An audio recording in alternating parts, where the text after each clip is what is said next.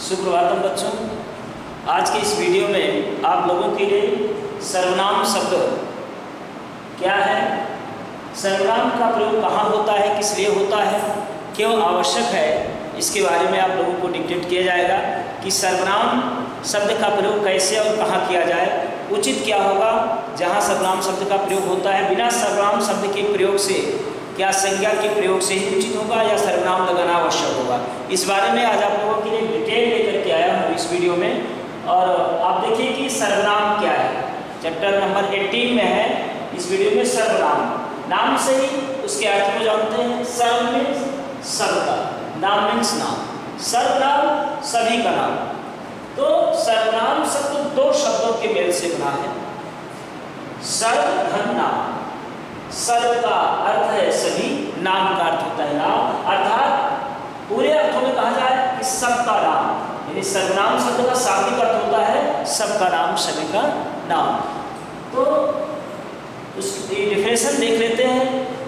जिन शब्दों का प्रयोग संज्ञा के स्थान पर किया जाता है, संज्ञा आप सभी लोग जानते हो, किसी का नाम का, किसी व्यक्ति का नाम, किसी वस्तु का नाम, किसी स्थान का नाम, ये सब क्या है, संज्ञा है। तो जिन शब्दों का प्रयोग संज्ञा के स्थान पर किया जाता है उन्हें सर्वनाम कहते हैं, है कि नहीं। अब जरूरी नहीं है कि बार बार संज्ञा का ही प्रयोग किया जाए, उसके स्थान पर आप सर्वनाम का प्रयोग कर लीजिए, आराम से आपके अर्थ का निवारण हो जाएगा और थोड़ा सूक्ष्म हो जाएगा। जैसे ताजमहल भारत की प्रसिद्ध इमारत है, उसके बाद कुतुब मीनार भारत की प्रसिद्ध इमारत है, और वैष्णो देवी धाम या अन्य कोई इसी प्रकार की जो इमारत है वह भारत की प्रसिद्ध इमारत है, जिसे लाल किला हो गया। तो ताजमहल, लाल किला, कुतुब मीनार भारत की प्रसिद्ध इमारत है। आपने एक शब्द में लिखा ताजमहल भारत की प्रसिद्ध इमारत है, एक वाक्य में, दूसरे वाक्य में लाल किला भारत की प्रसिद्ध इमारत है, तीसरे वाक्य में कुतुब मीनार भारत की प्रसिद्ध इमारत है, 3 बार लिखा। अगर इसी को सर्वनाम का प्रयोग करके एक ही वाक्य में लिख दिया जाए, ये तीनों भारत की प्रसिद्ध इमारतें हैं,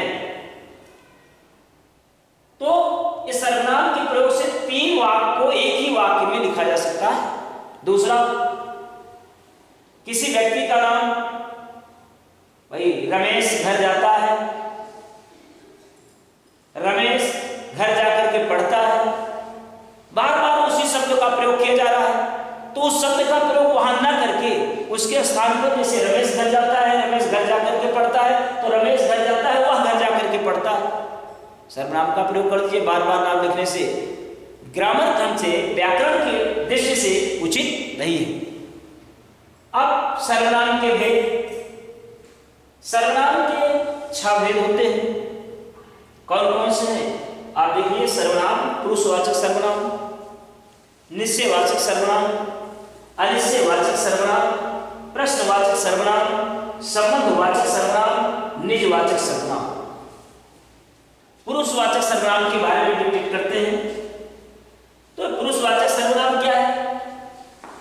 वक्ता, श्रोता और अन्य व्यक्ति के लिए, वक्ता कहने वाला, श्रोता सुनने वाला, और अन्य व्यक्ति के लिए, तीसरे व्यक्ति के लिए जिन शब्दों का प्रयोग किया जाता है उसे पुरुषवाचक सर्वनाम कहते हैं। जैसे मैं तुम्हें और उसे, मैं तुम्हें और उसे अपने जन्मदिन की तस्वीरें दिखाने लाई हूं। अब देखिए, मैं वक्ता बोलने वाले के लिए प्रयोग हुआ है, तुम्हें श्रोता है सुनने वाले के लिए प्रयोग हुआ है, और उसे किसी तीसरे के लिए प्रयोग किया गया, किसी अन्य व्यक्ति के लिए प्रयोग किया गया। तो पुरुषवाचक सर्वनाम में वक्ता, श्रोता और अन्य व्यक्ति के लिए जिन शब्दों का प्रयोग किया जाता है उन्हें पुरुषवाचक सर्वनाम कहते हैं। जैसे मैं तुम्हें और उसे अपने जन्मदिन की तस्वीरें दिखाने लाई हूं, तो मैं क्या हूं? मैं वक्ता हूं, कहने वाला, है कि नहीं। और बोलने वाला, उसके लिए तुम्हें, तुम सुन रहे हो, तुम्हारे लिए प्रयोग किया गया तुम्हें, और तुम श्रोता यानी सुनने वाले के लिए प्रयोग किया ये सब क्या है, पुरुषवाचक सर्वनाम में आते हैं। अब पुरुषवाचक सर्वनाम के भेद कितने हैं? पुरुषवाचक सर्वनाम के 3 भेद हैं, यानी कितने प्रकार के पुरुष होते हैं। संस्कृत में कहा जाता है कि 3 प्रकार के पुरुष हैं, प्रथम पुरुष, मध्यम पुरुष और उत्तम पुरुष।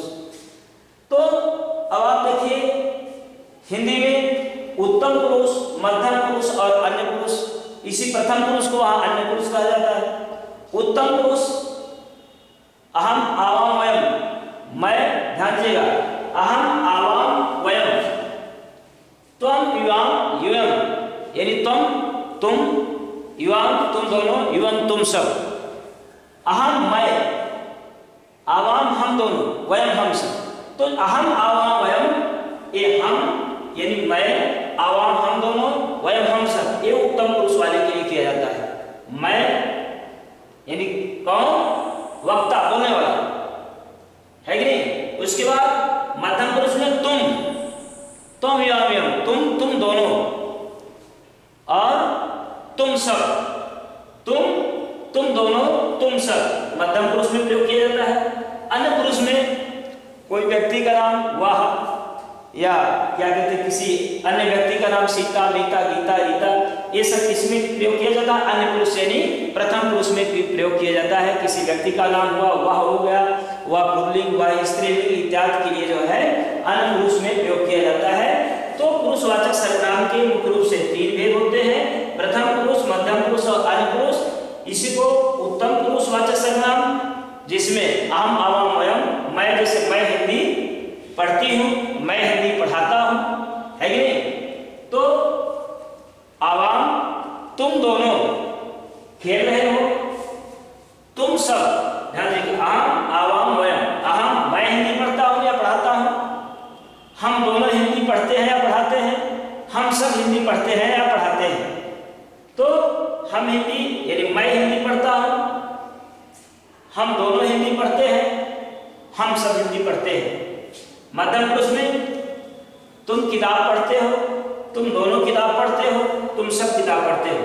अन्य पुरुष में सीता गाती है, मीता गाती है, रीता गाती है, इस प्रकार से जितने भी हैं, यही इतने छोड़ करके अहम वाम उत्तम पुरुष, त्वम युवाम मध्यम पुरुष, बाकी जितने भी हैं सब अन्य पुरुष में आते हैं। तो उत्तम पुरुष और मध्यम पुरुष की निश्चित सीमा है, लेकिन अन्य पुरुष के लिए कोई नहीं, जो भी आते हैं इसके सब अन्य पुरुष में आते हैं। तो आज का ये वीडियो यही तक। इसके बाद अब आपको निश्चयवाचक सर्वनाम, अनिश्चयवाचक सर्वनाम, प्रश्नवाचक सर्वनाम, संबंधवाचक सर्वनाम और निजवाचक सर्वनाम अगले वीडियो में बताया जाएगा। आशा है कि आप इस वीडियो में जरूर समझ गए होंगे। यदि नहीं समझ पाए होंगे कमेंट द्वारा मुझे सूचित कीजिएगा। किसी प्रकार की कोई समस्या पर तुरंत कमेंट कीजिएगा। Thank you very much.